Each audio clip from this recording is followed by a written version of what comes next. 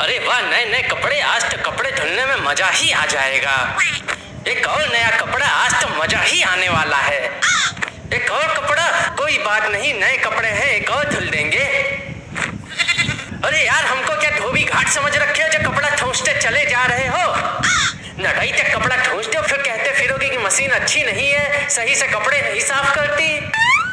तुम्हारे जैसे लोगों को बैठा के तुम्हारा ही मनपसंद खाना तुम्हारे ही मुंह में तब तक ठूंसना चाहिए जब तक कि तुम्हारे पेट की मशीन न खराब हो जाए।